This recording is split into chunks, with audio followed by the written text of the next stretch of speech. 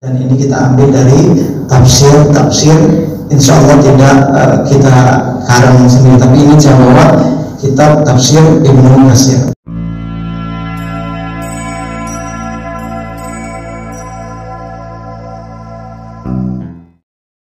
Kalau kita kaji betul puasa ini, maka puasa ini Bapak Ibu ya, di awal-awalnya dulu itu 3 hari setiap bulan.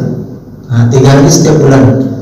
Bulan Muharram 3. Kalau kita kali berapa ya itu Pak? 3 kali 12 30. Sekarang 30 paling banyak, bisa jadi 29. Tengok ru'yatul hilal. Lalu pindah menjadi Asyura 10 Muharram ya. Lalu turun pula ayat puasa, maka berubahlah menjadi puasa Ramadan. Ini prosesnya 3 kali Pak, diantara sama dengan proses sholat. Dalam tafsir Ibnu Katsir, puasa ini ada 3, sholat ada 3 juga. Pertama, sholat itu menghadap Baitul Muqaddas atau Masjidil Aqsa. Nabi sampai di Madinah, kiblat Nabi menghadap Masjidil Aqsa. Berapa lama itu? Kira-kira 17 bulan. Maka di malam di nisfu Sya'ban itu Nabi menghadap kembali ke Ka'bah. Ini menunjukkan bahwa kiblat itu adalah arah sholat, bukan tempat keberadaan Allah. Ini yang pertama. Yang kedua, proses sholat itu dulu tak ada azan apa? Lalu ceritalah sahabat-sahabat Nabi gimana cara manggil orang sholat. Ada diantaranya bilang pakai bedu, ada pada pakai api, ada pakai lonceng dan sebagainya. Lalu mimpilah sahabat Nabi, diantaranya ada seorang laki-laki mengajarkan kalimat-kalimat azan. Kalau begitu kata Nabi, ya tidak Nabi yang mimpi doang. Nabi yang mimpi, dan sahabat mimpi, banyak sahabat mimpi pada waktu itu. Tapi ada seorang menyatakan, datang lagi, saya mimpi juga. Maka kata Nabi, Bilal, kamu azan. Jadi nampaknya Pak, kita yang mimpi, tapi tidak kita yang disuruh. Ada saatnya siapa yang lebih cocok. Jadi kata sahabat itu tidak komen bulan, kan saya yang mimpi Nabi, kenapa saya tidak azan? Saya yang azan. Tapi kata Nabi, Bilal tidak mimpi, tapi Bilal yang azan. Maka sekarang kita sebut Bilal yang di depan. Siapa Bilal? Siapa Bilal Jumat? Siapa Bilal Tarawih? Padahal Bilal itu nama orang, karena dia pemula. Sama kita beli Pak, kalau dulu kita waktu saya kecil-kecil beli Pepsodent, sampai sekarang beli Pepsodent juga, padahal mereknya tidak Pepsodent lagi ya.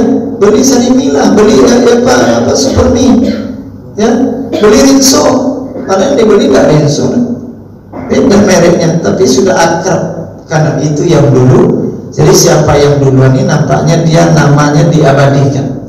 Bapak Ibu yang kami muliakan, yang ketiga dalam proses sholat dulu ada begini, siapa yang terlambat atau masbuk, dia nengok kawannya Pak.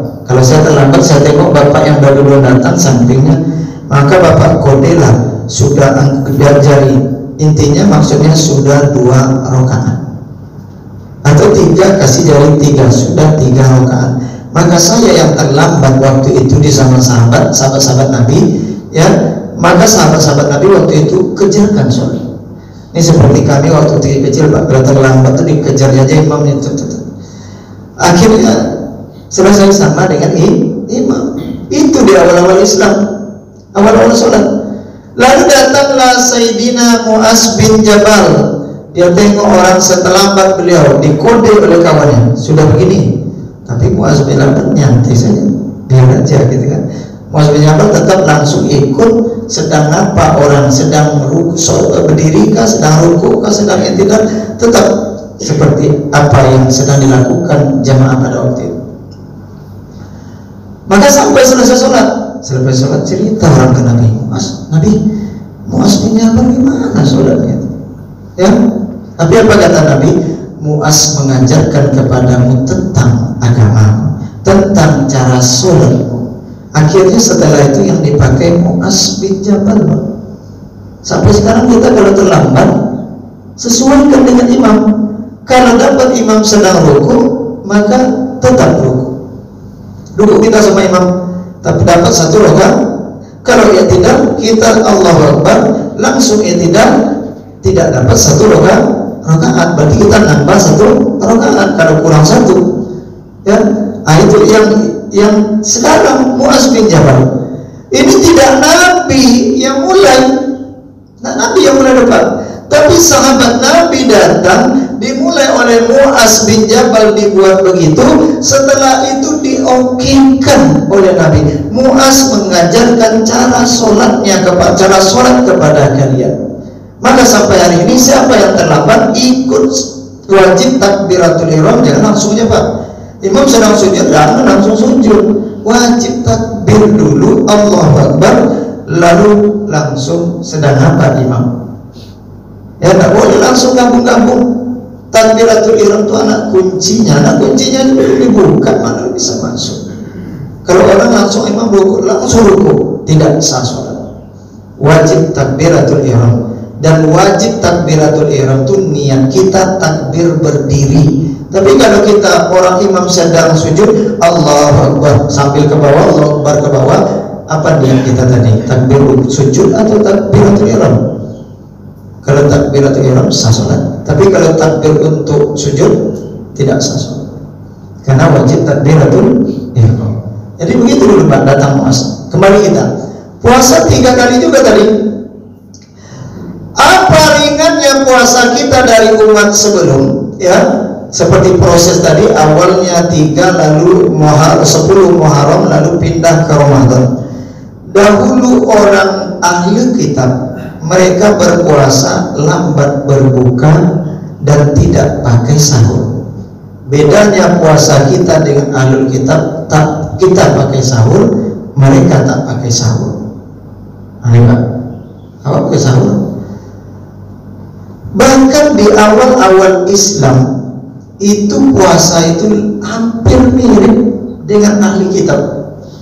Apa hampir miripnya?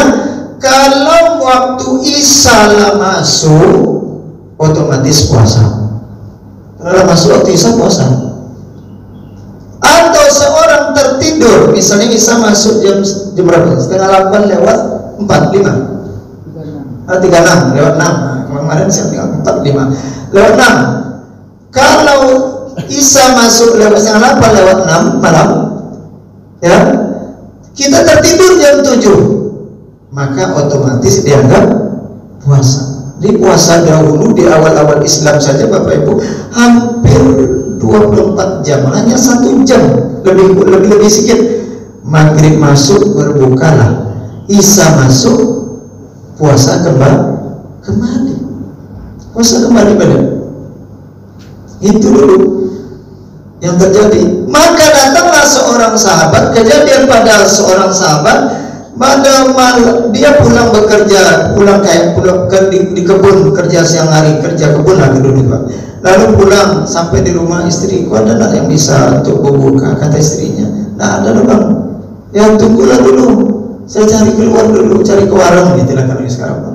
Pergi keluar, pas pulang istrinya rupanya abangnya tadi sudah tertidur.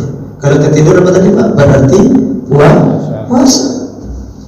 Abang kok rugi lah, awalnya capek cari makan dan minuman untuk buka, malah tidur. Lalu besoknya abang ini kembali bekerja, di siang hari tumbang, karena hampir lebih 24 jam dia Isya kemarin sampai pulang Isya 24 jam sampai pulang siang, hampir 36 jam lebih kurang tumbang. Maka sampailah berita ini kepada Rasulullah Sallallahu Alaihi Wasallam. Datanglah Sayyidina Umar Pak, Sayyidina Umar ke Nabi, ya Rasul, gimana nih Nabi? Ada apa Umar? Ini Umar ini paling banyak turun ayat karena sebab ini. Ada apa nih Umar, kata Nabi? Kata Umar, lebih, kalau bahasa kami Pak, lebih doanya Nabi. Ada apa? Malam tadi siap Isya, saya dekat dengan istri saya. Ya, dekat dengan istri, itu bahasa halusnya paham aja Bapak Ibu. Ya, Lalu kata Nabi, datang pula sahabat yang lain, saya gitu juga Nabi. Nah, maka turunlah ayat ini yang cerita kita tadi, dia bekerja, namanya asbabun nuzul, sebab-sebab diturunkan ayat. Maka ayat itu turun Pak dua kali secara umum. Pertama turun sekaligus, saya nak bilang seperti ini betul Pak, tapi gambarannya ayat itu dari langit, dari apa firman Allah, kalau Allah itu turun ke langit dunia atau Baitul Izzah secara keseluruhan. Kalau kita sekarangnya dari Al-Fatihah sampai An-Nas turun. Nah, itu yang turun pada Inna Anzalnahu fi Lailatul Qadr. Ini yang diturunkan pada malam Qadar. Ya, lalu turun ke Nabi Muhammad berangsur-angsur, yaitunya 22 tahun, 2 bulan, 22 hari. Maka turun-turunnya itu nengok kondisi.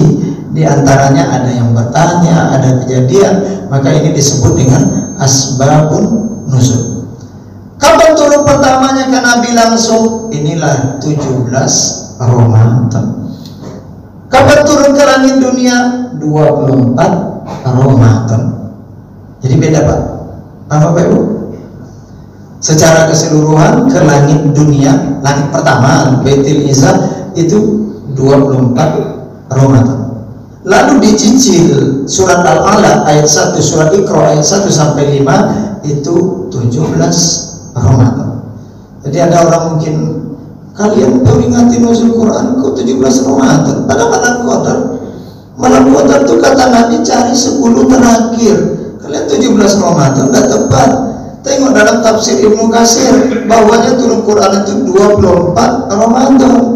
Betul orang ini, betul. Tapi 17 Ramadan salah? Tidak. Dari mana kita temukan 17 Ramadan? Dalam kitab Imam Ibnu Katsir juga, Al-Bidayah wan Nihayah. Dalam kitab tafsir Al-Munir juga dijelaskan bahwa yang turun 17 Ramadan, yang turun 17 Ramadan itu adalah di Gua Hira. Yang langsung itu 24 Ramadan. Semua kitab suci turun bulan Ramadan.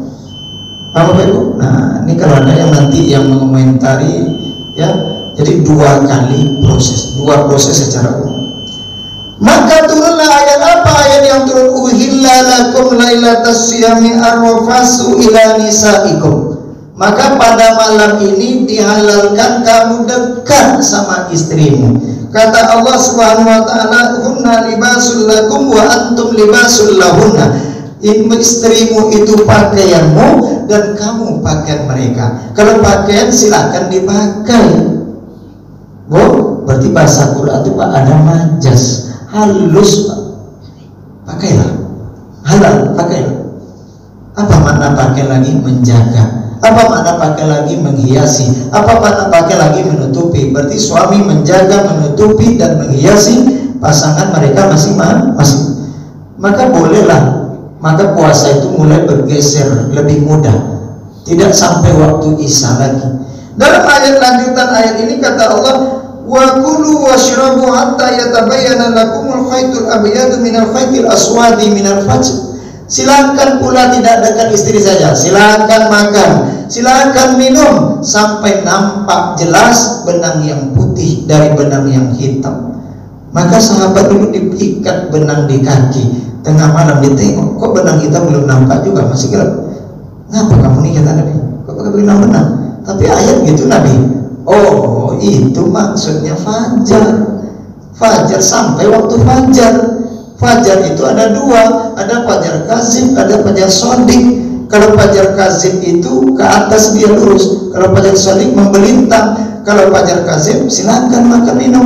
Tapi kalau fajar sodik itu subuh sudah masuk, tak boleh lagi makan minum. Lebih lama waktu untuk berbuka, mulai maghrib sampai waktu subuh masuk. Lebih mudah Pak. Bapak Ibu yang kami muliakan, ya, kalaulah masuk subuh masuk, mau azan orang langsung mau belum, tak boleh lagi makan minum.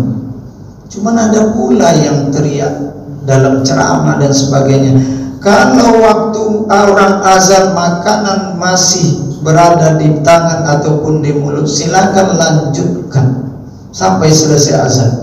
Ini tidak pas, tidak pas. Saya cari betul hadis itu penjelasannya. Kalau penjelasan ini namanya saroh hadis. Ini hadis Imam Abu Dawud. Saya cari penjelasannya. Kalau tak salah ada 2 hadis yang baru disampaikan, itu hadis tentang waktu maghrib. Kita orang azan di Masjid Ansarullah, Bapak Ibu sedang buka di rumah, ya lanjutkan makan minum dulu, nanti baru ke masjid, ya baru ke masjid. Ada yang kedua menunjukkan azan ini azan subuh, sebelum subuh. Azan subuh itu 2 kali, sebelum masuk subuh dan subuh masuk. Sebelum subuh masuk itu Bilal bin Rabah tadi sahabat Nabi azan. Kata Nabi dalam Sahih Bukhari, dinyatakan hadis Nabi Sahih Bukhari, kalau Bilal azan silakan makan dan minum. Tapi kalau Abdullah bin Umi Maktum yang azan, tak boleh lagi makan minum. Maknanya subuh sudah masuk. Nah, ini maknanya Pak. Ini dalam Quran, dalam hadis sampai fajar tak boleh lagi. Kalau masalah imsakiyah itu masih boleh. Cuma bagusnya pas imsakiyah itu Pak. Imsakiyah ini memang dibuat oleh orang kita, ya dibuat. Dulu nggak ada, tapi ini berdasarkan hadis Nabi sampai dibuat. Kenapa kita katakan berdasarkan hadis? Ditanyalah kepada sahabat Nabi, berapa sejarahnya Nabi itu sahur lalu selesai menjelang azan subuh. Selesai Nabi sahur menjelang azan subuh, kira-kira 50 ayat. Dicoba prediksi 50 ayat dibaca, berkisar 10 menit, ya. Jadi maknanya imsakiyah berbunyi sirine itu Nabi dulu selesai sahurnya, walaupun masih boleh menjelang subuh masuk. Nah ini masih boleh menjelang subuh masuk, tapi jangan subuh masuk dilanjutkan, bukan azan Pak. Walaupun subuh dengan azan itu seharusnya sama. Maaf bicara, kita di sebagian tempat masjid atau musola bisa jadi muazin terlambat azan. Maka yang paling penting subuh jam berapa masuk. Bapak Ibu yang kami muliakan, kembali kita tadi bahwa umat Islam sekarang lebih mudah dari awal-awal Islam puasa. Dulu lambat berbuka dan tidak sahur. Sekarang kita diajak cepatkan berbuka dan lambatkan sahur. Pastikan waktu berbuka masuk, pastikan waktu sahur jangan habis. Tercepat sedikit berbuka, yakin batal puasa kita. Terlambat kita sahur sedikit, yakin subuh masuk, batal puasa kita. Maka hati-hati betul dalam waktu ini, waktu sahur, waktu berbuka. Jangan terlalu cepat Pak. Ada satu kali saya agak ragu juga, ada buka bersama di satu masjid, belum azan biasa kita dengar radio menjelang maghrib nih Pak. Ada di RRI masjid, di Masjid Agung, belum nanti orang buka. Saya herannya orang, tapi saya tunggu sampai selesai, sampai orang azan baru saya mulai.